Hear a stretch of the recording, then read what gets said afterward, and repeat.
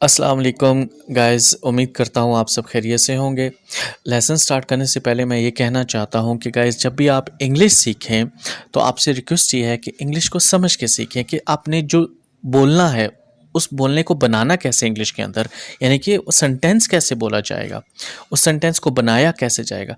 तो गाइस जब आपके इसके ऊपर ग्रिप आ जाएगी, कंट्रोल आ जाएगा कि एक सेंटेंस बनता कैसे है, उसकी सेंस क्या है, वो प्रेजेंट में है, पास्ट में है या फ्यूचर में है, उसमें हेल्पिंग वर्ब कौन सी यूज़ होगी, उसमें मेन वर्ब कौन सी यूज़ होगी और मेन वर्ब की कौन सी फॉर्म यूज़ होगी, फर्स्ट यूज़ होगी, सेकंड यूज़ होगी या थर्ड यूज़ होगी या फोर्थ फॉर्म यूज़ होगी।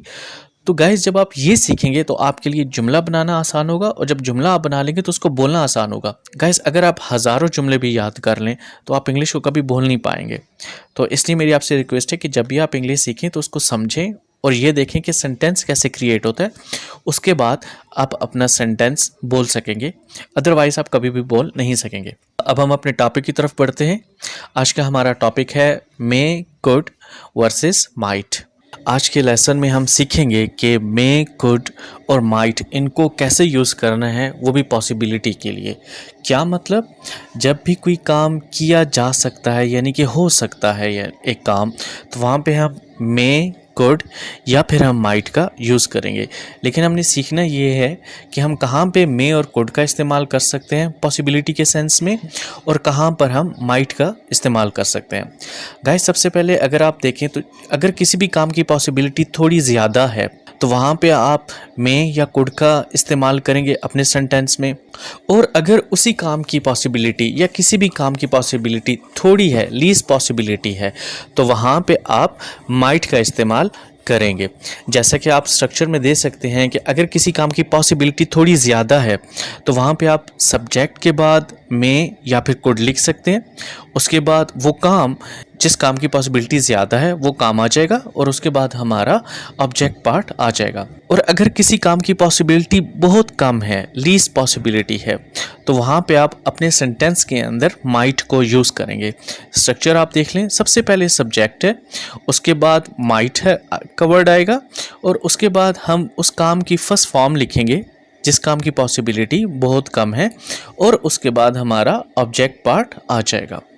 अब हम इसी स्ट्रक्चर को एग्जाम्पल के ज़रिए से समझते हैं। सबसे पहले हम मे और कुड का इस्तेमाल करते हैं अपने सेंटेंस में। गाइस एक चीज़ याद रखिएगा कि यहाँ पे मे, कुड और माइट, इन तीनों का जो सेंस है या मतलब है वो सकता का है। ठीक है, कोई भी काम किया जा सकता है या कर सकता है। अब हम इसी को एग्जाम्पल के ज़रिए से समझते हैं। सबसे पहले हमारे पास स्ट्रक्चर गिवन है। सबसे पहले आपने सब्जेक्ट लिखना है, उसके बाद मे या फिर कुड का हेल्पिंग वर्ब आएगा, उसके बाद काम आएगा और उस काम की फर्स्ट फॉर्म आएगी जिस काम की पॉसिबिलिटी है और आखिर में ऑब्जेक्ट पार्ट आ जाएगा। जैसा कि मैं आपसे कहता हूं कि मैं आपको कॉल कर सकता हूं, पॉसिबल है, और यहाँ पे इस काम की जो पॉसिबिलिटी है वो ज़्यादा है, तो मैं यहाँ पर अपने सेंटेंस के अंदर सब्जेक्ट के बाद मे या फिर कुड का इस्तेमाल कर सकता हूँ। जैसे कि मैंने यहाँ पे मे का इस्तेमाल किया हुआ है कि आई मे कॉल यू, या हम कह सकते हैं आई कुड कॉल यू। एक और एग्जाम्पल लेते हैं कि अली आज इस्लामाबाद जा सकता है और इस काम की पॉसिबिलिटी थोड़ी ज़्यादा है, तो हम कह सकते हैं कि Ali could go to Islamabad या फिर अली में गो टू इस्लामाबाद। एक और एग्जाम्पल लेते हैं कि आज बारिश हो सकती है और इस काम की पॉसिबिलिटी थोड़ी ज़्यादा है, तो हम अपने सेंटेंस के अंदर दोबारा से मे या फिर कुड का इस्तेमाल करेंगे लेकिन सब्जेक्ट के बाद। तो हम कह सकते हैं इट मे रेन टुडे या फिर इट कुड रेन टुडे। एक और एग्जांपल लेते हैं कि मेरा भाई आपके घर आ सकता है और इस काम की पॉसिबिलिटी थोड़ी ज़्यादा है, तो हम अपने सेंटेंस में सब्जेक्ट के बाद कुड या मे का इस्तेमाल कर सकते हैं और यहाँ पर मैंने कुड का इस्तेमाल किया हुआ है। तो मैं कहूँगा my brother could come to your home या फिर my brother may come to your home.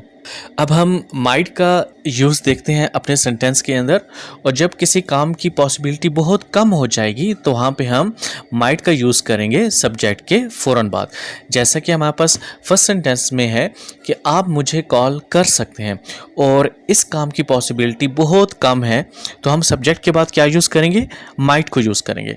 तो सेंटेंस बन जाएगा यू माइट कॉल मी। और गाइस यहाँ पे जो वर्ब आ रही है कॉल, इसकी फर्स्ट फॉर्म ही यूज़ होगी।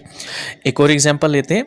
जैसे कि हम कहते हैं कि प्रिंसिपल आपकी क्लास का विज़िट या दौरा कर सकती हैं, तो यहाँ पे हम फर्स्ट कर लेते हैं कि इस काम की जो पॉसिबिलिटी है वो बहुत ही ज़्यादा कम है, तो हम सब्जेक्ट के फ़ौरन बाद माइट का यूज़ करेंगे और उसके बाद वर्ब की फर्स्ट फॉर्म यूज़ हो जाएगी। तो हमारा सेंटेंस बनेगा principal might visit your class. एक और एग्जांपल लेते हैं कि आज बारिश हो सकती है। गाइस फर्ज करें कि बहुत ज़्यादा आज गर्मी है, तो हम कह सकते हैं कि आज बारिश हो सकती है, यानी कि फिर बारिश की जो पॉसिबिलिटी है वो बहुत ज़्यादा कम है, तो हम सब्जेक्ट के फ़ौरन बाद क्या यूज़ करेंगे, माइट को यूज़ करेंगे और उसके बाद वर्ब की फर्स्ट फॉर्म।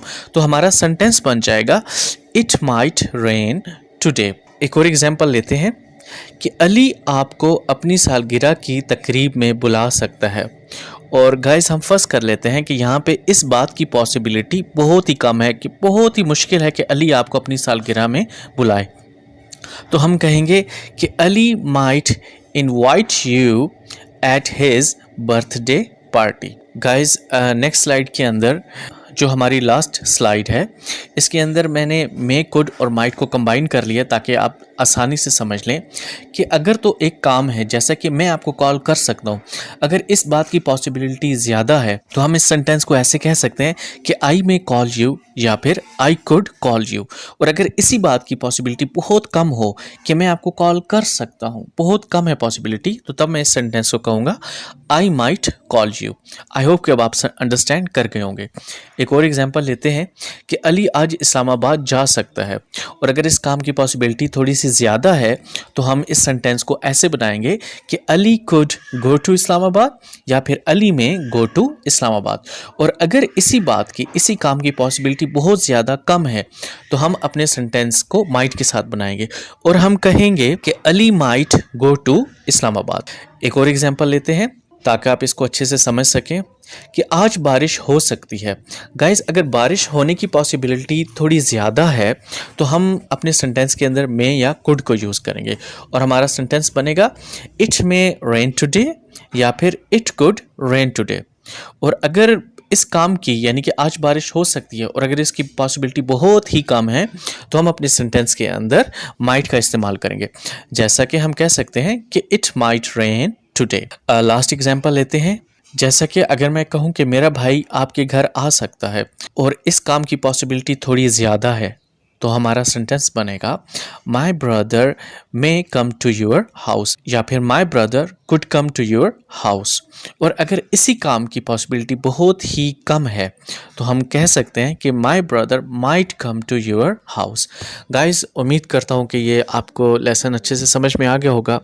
लास्ट में ये रिक्वेस्ट है कि गाइस जब भी आप इंग्लिश सीखें तो इंग्लिश को समझ के सीखें और तब आप इसको बोलें। अगर आप समझ से बिना इंग्लिश सीखते हैं और सिर्फ जुमले याद किए जाते हैं, आप कभी भी इंग्लिश सीख नहीं पाएंगे और ना ही कभी इंग्लिश को बोल पाएंगे। गाइस द इंग्लिश गुरु को सब्सक्राइब करना ना भूलें और तमाम फ्रेंड्स के साथ इसको शेयर करें।